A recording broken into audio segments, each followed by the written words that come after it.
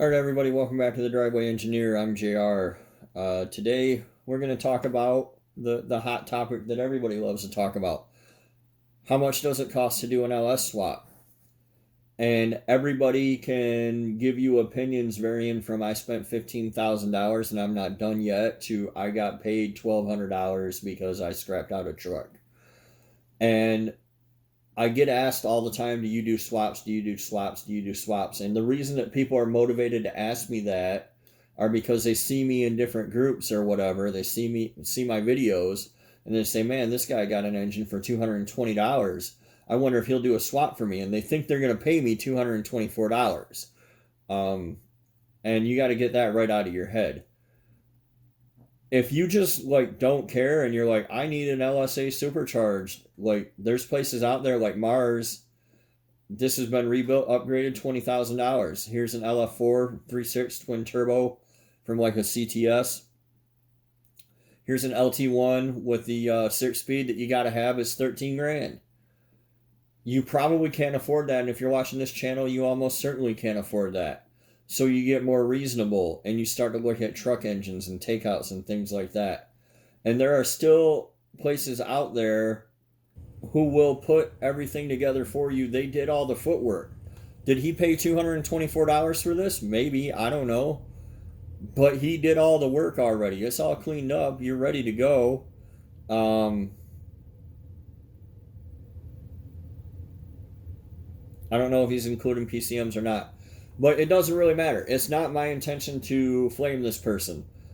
Your results are directly proportional to the amount of effort that you're willing to put in. So, here's a picture of me standing in the rain on my day off, pulling an engine in the junkyard. Because I didn't want to pay $1,800 for one. So I spent a bunch of time stalking the junkyards, making friends with the people at the junkyard. Then I took a day off of work and I pulled my own engine. And it had bearings in it that looked like this. And that's why I say if it spins, it wins. But on the flip side, I had a piston in it that looks like this. And how can I tell? I can't.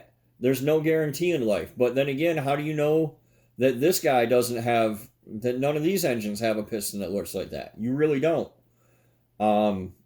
This cost me, well, it didn't cost me anything because somebody in the Facebook group gave me a piston. But if I had to go buy one, it would be 30 to 50 bucks on eBay. So I would just put it in and keep on going, which is why I can do a complete LS swap for under $1,000. Other people feel the need to spend $50 on paint alone before they do anything. So, does it work? Yeah, it works. There's Daryl doing a burnout.